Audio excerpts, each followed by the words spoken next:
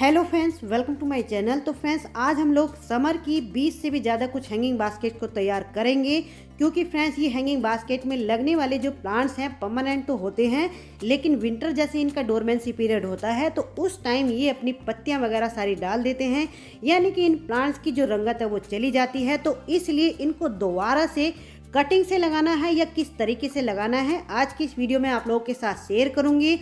कुछ प्लांट्स ऐसे भी होते हैं जो कि रूट बाउंड हो जाते हैं, तो उनको भी आप लोग इस टाइम पर अलग अलग करके या कटिंग लगा करके अपनी दोबारा से बास्केट को तैयार कर लीजिए, क्योंकि फरवरी का जो महीना होता है ऐसा होता है, इसमें ना ही ज़्यादा गर्मी रहती है ना ही सर्दी रहती है।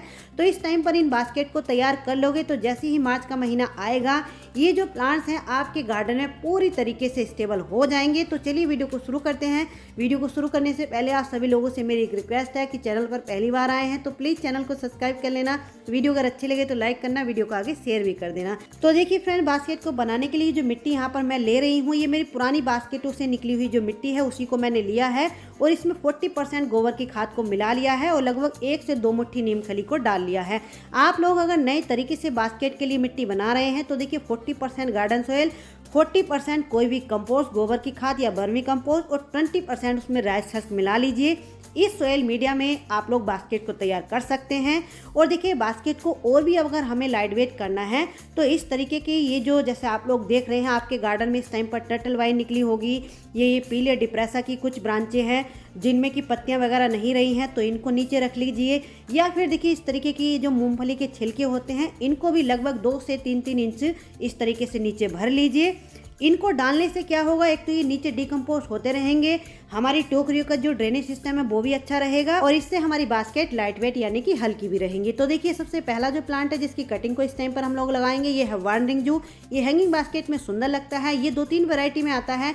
ये जो आप सामने वैरायटी देख रहे हैं ये मेरे पास नहीं थी, तो इसकी 4 कटिंग मुझे कहीं से मिली है। ये वाली वैरायटी मेरे पास ऑलरेडी थी। तो इसकी कटिंग आपको कैसे लेनी है, देखिए इसकी ज़्यादा बड़ी कटिंग नहीं लेनी है, 2 से 3 इंच की ही टिप की कटिंग आपको लेनी है। तो इसको तो मैं डायरेक्ट बास्केट में ही लगा रही हूँ, क्योंकि इतना हार्डी होता है कि इसकी कटिंग को आप लोग मिट्टी में फेंक भी दोगे तब भी ये ग्रो हो जाएगी। लेकिन कुछ प्लांट ऐसे भी होते हैं जिनको आप लोग पहले अलग से किसी पॉट में लगाइए, जब वो कटिंग आपकी ग्रो हो जाए फिर आप उनको अपनी बास्केट में रिपोर्ट कर दीजिए। जैसे कि ये बेबी सनरोज की जो कटिंग है आप लोग किसी अलग से पॉट में लगा दीजिए, क्योंकि ये प्लांट थोड़ा सेंसिटिव होता है। तो इसकी जो कटिंग है आपको कैसे लगानी है और कैसी मिट्टी में लगानी है, इसकी कटिंग को लगाने के लिए मिट्टी भी आपको अलग से लेनी है। जैसे कि 80% रिवर सैंड ले लीजिए और 20% अपनी गार्डन की नॉर्मल सोयल मिला लीजिए। ये जो कटिंग आप लोग मेरी देख रहे हैं ये दिसंबर के महीने में मैंने लगाई थी, तो ये ग्रो हो गई हैं। अब मैं इनको अपनी बास्केट में रिपोर्ट कर दूंगी। तो इसलिए फ्रेंड्स ये बात भी मैं आप लोगों के साथ शेयर कर रही हूँ कि कौन से प्लांट की कटिंग को कब कैसे और कहाँ पर लगाना है। तो देखिए जैसे कि आप लोग ये टेंगल हार्ट की पत्तियां देख रहे हैं, तो इनको इस टाइम पर हम पत्तियों से ग्रो करेंगे तो हमको बहुत अच्छा रिजल्ट मिलेगा। बरसात के मौसम में आप लोग इनको ग्रो करते हैं तो चाहे इनकी ब्रांच को उठा करके फेंक भी दोगे उस टाइम पर ये ग्रो हो जाती हैं। तो देखिए इनकी पत्तियों को आप लोग इस तरीके से रख दीजिए, यानी कि इनका जो नोड एरिया है वो खराब नहीं होना चाहिए। तो इस तरीके से आप लोग इनको ग्रो करोगे तो आपकी जो बास्केट है उसको बहुत जल्दी बहुत अच्छे से कवर करेगा। कटिंग को भी आप लोग लगा सकते हैं, लेकिन कटिंग से बेहतर रिजल्ट आपको ऐसे मिलेगा। ये है देखिए पर्पल हार्ट की जो कटिंग आपको लेनी है, टिप की कटिंग आपको लेनी है 2 से 3 इंच की ही, ज़्यादा बड़ी कटिंग नहीं लेनी है। नीचे वाले हिस्से की भी कटिंग ग्रो हो जाती है लेकिन वो देरी से होती है, तो इसलिए इसकी भी देखिए इस तरीके से कटिंग लेनी है और जिस भी सोयल में आप लोग इसकी कटिंग को लगा दोगे उसी में ग्रो हो जाएगी। ये है देखिए टर्टल वाइन। तो इसको आपको कैसे लगाना है, इसकी जो ब्रांचें हैं लंबी लंबी सी हो जाती हैं, लेकिन विंटर के टाइम में इसकी नीचे की ब्रांचें सारी सूख जाती हैं, तो उन सबको आप लोग हटा दीजिए। हटाने के बाद देखिए इसमें नीचे से जो नई नई ग्रोथ निकल रही है उसको आप लोग इस तरीके से उखाड़ लीजिए मिट्टी में से। उखाड़ने के बाद देखिए इस तरीके से आप अपनी बास्केट में रख दीजिए। हालांकि जिस भी बास्केट में या पॉट में ये लगी हुई थी ग्रो तो ये उसमें भी करती रहती, लेकिन नए तरीके से आप लोग लगाओगे तो ये दिखने में और भी सुंदर लगेगी, अच्छे से ग्रो करेगी। क्योंकि इस तरीके के जो प्लांट होते हैं ग्रो तो ये करते रहते हैं, लेकिन इनको नए तरीके से आप लोग ग्रो कीजिए तो ये दिखने में सुंदर भी लगते हैं और ग्रो भी अच्छे से करते हैं। ये है देखिए पीले डिप्रेसा, ये भी ठीक टर्टल वाइन की तरह ही ग्रो करते हैं। इसकी जो ब्रांचें हैं बहुत लंबी लंबी सी हो जाती हैं, लेकिन इस टाइम पर इसकी जो ब्रांचें हैं सारी स्टार्टिंग में मैंने आपको दिखाया, सारी नीचे से जो पत्तियां हैं वो गिर चुकी हैं, ब्रांचें रह गई थी। तो इसको भी आप लोग इस तरीके से नीचे से उखाड़ करके टर्टल वाइन की ही तरह मिट्टी में रख दीजिए। नेक्स्ट जो प्लांट है ये है स्वीट पोटैटो वाइन। इसकी भी जो कटिंग है आपको देखिए अलग से ही किसी पॉट में लगानी है। जब ये ग्रो हो जाए उसके बाद आप अपनी हैंगिंग बास्केट में इनको रिपोर्ट कर दीजिए और इनको मिक्स एंड मैच करके आप लोग लगाइए, दिखने में सुंदर भी लगेंगे। और इनकी कटिंग आपको कहीं से नहीं मिलती है तो इस टाइम पर इनका सीजन चल रहा है, इनकी जो शकरकंदी यानी कि इनका जो फल होता है उनसे भी आप इनको ग्रो कर सकते हैं। ये है देखिए अजवाइन। अजवाइन का भी पौधा हैंगिंग बास्केट में लगा हुआ सुंदर लगता है।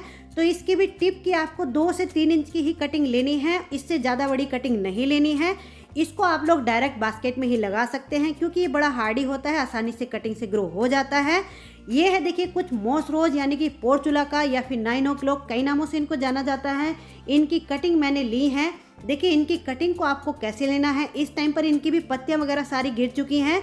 तो इनकी देखिए इस तरीके से एक कटिंग में से आप 2-3 कटिंग बना कर भी लगा दो, यानी कि 1-1 इंच की कटिंग भी इनकी अगर आप लोग लगा दोगे तो वो भी ग्रो हो जाएगी। नेक्स्ट जो प्लांट है ये है फिलोडेंड्रोन। इसकी भी जो कटिंग देखिए इस तरीके से लंबी लंबी सी एक ब्रांच अगर आप एक पोट में लगाओगे तो ये ऊपर को सीधी लंबी लंबी सी चलती रहेगी, यानी कि आपका एक ही प्लांट बन करके तैयार होगा तो वो हैंगिंग बास्केट में सुंदर नहीं लगेगा।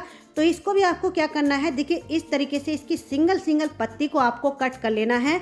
बस ध्यान रखना है नोड एरिया इसमें होना चाहिए, ये इसका नोड एरिया होता है। इनको भी आप लोग अलग से मिट्टी में लगाइए, यानी कि जो बास्केट के लिए मिट्टी हमने तैयार की है डायरेक्ट उस मिट्टी में आप इनको मत लगाइए। अलग से किसी पॉट में 80% रिवर सैंड और 20% अपने गार्डन की नॉर्मल सॉइल भर करके इस तरीके से सिंगल सिंगल पत्ती को लगा दीजिए। जब ये पूरी तरीके से अच्छे तरीके से ग्रो हो जाए फिर आप इनको अपनी बास्केट में रिपोर्ट कर दीजिए।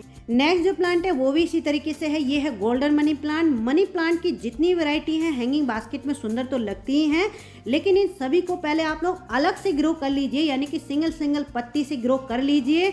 नहीं तो एक लंबी ब्रांच को आप लोग लगा दोगे तो वो नीचे को एक ही ब्रांच लटकती रहेगी। और ये जो पत्ती हमने एक लगाई है इसमें से नीचे से कई सारी इसकी नई नई लीव्स निकलेंगी, तो जिस भी पॉट में आप लोग इसको लगाओगे वो पूरी तरीके से कवर कर लेगी। जब आप उसको हैंगिंग बास्केट में रिपोर्ट करोगे तो वो दिखने में सुंदर लगेंगी। नेक्स्ट है ये स्पाइडर प्लांट। ये प्लांट हैंगिंग बास्केट में सुंदर तो लगता है, लेकिन इस प्लांट को लेकर के मुझे सबसे ज़्यादा कमेंट आते हैं कि हमारा प्लांट ग्रोथ ही नहीं कर रहा है। तो उसके लिए सिर्फ एक चीज़ मैं आप लोगों को बता देती हूँ, उस बात को आप लोग फॉलो कीजिए। देखिए पहले तो आप लोग ये बास्केट देख लीजिए, ये एक प्लांट बास्केट में लगा हुआ है, इसमें एक रनर्स निकला हुआ है, दिखने में सुंदर लग रहा है। लेकिन आप लोग इस बोतल को देख लीजिए, जो कोल्ड ड्रिंक की बोतल आती है, तो इसमें देखिए कितने सारे रनर्स निकले हुए हैं। तो आप लोग इनका एक बेबी प्लांट इस तरीके की एक बोतल में लगा दीजिए। 1.5 से 2 महीने में आप इनके प्लांट को संभाल नहीं पाओगे, इतने प्लांट आपके बन जाएंगे। यानी कि इस तरह का पॉट हो बोतल की तरह, उसकी गहराई हो लेकिन चौड़ाई ना हो। उसके बाद आप लोग फिर हैंगिंग बास्केट में इसको लगाइए तो दिखने में सुंदर लगेगा। नेक्स्ट जो प्लांट है ये है एस्पैरगस फन। इसको भी पहले आप लोग लंबे वाले पॉट में लगाइए, चौड़ाई वाले में मत लगाइए, क्योंकि इसमें भी नीचे बल्ब्स बनते हैं और जितने भी ये बल्बस प्लांट होते हैं इनको रूट बाउंड होना बहुत ही पसंद होता है। तो इस तरीके से आप लोग इसको भी हैंगिंग बास्केट में लगा सकते हैं। ये है देखिए रियो भी हैंगिंग बास्केट में सुंदर लगता है, इसको भी आप लोग हैंगिंग बास्केट में लगा सकते हैं। हैंगिंग बास्केट को तैयार करने के बाद छाया वाली जगह में रख देना है 8 से 10 दिन के लिए। जब भी आपको लगे कि आपकी जो बास्केट हैं वो थोड़ा थोड़ा उनकी जो कटिंग है ग्रो करने लगी है, फिर आप इनको कहीं ऐसी जगह रख सकते हैं जहां पर कि मॉर्निंग की 2 से 3 घंटे की सनलाइट इनके ऊपर पड़ जाए।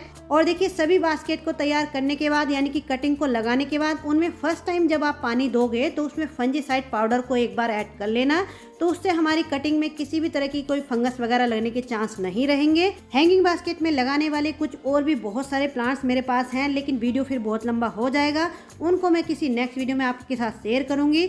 तो चलिए फ्रेंड्स, मिलते हैं किसी नेक्स्ट वीडियो में नेक्स्ट टॉपिक के साथ। तब तक के लिए बाय, हैप्पी गार्डनिंग।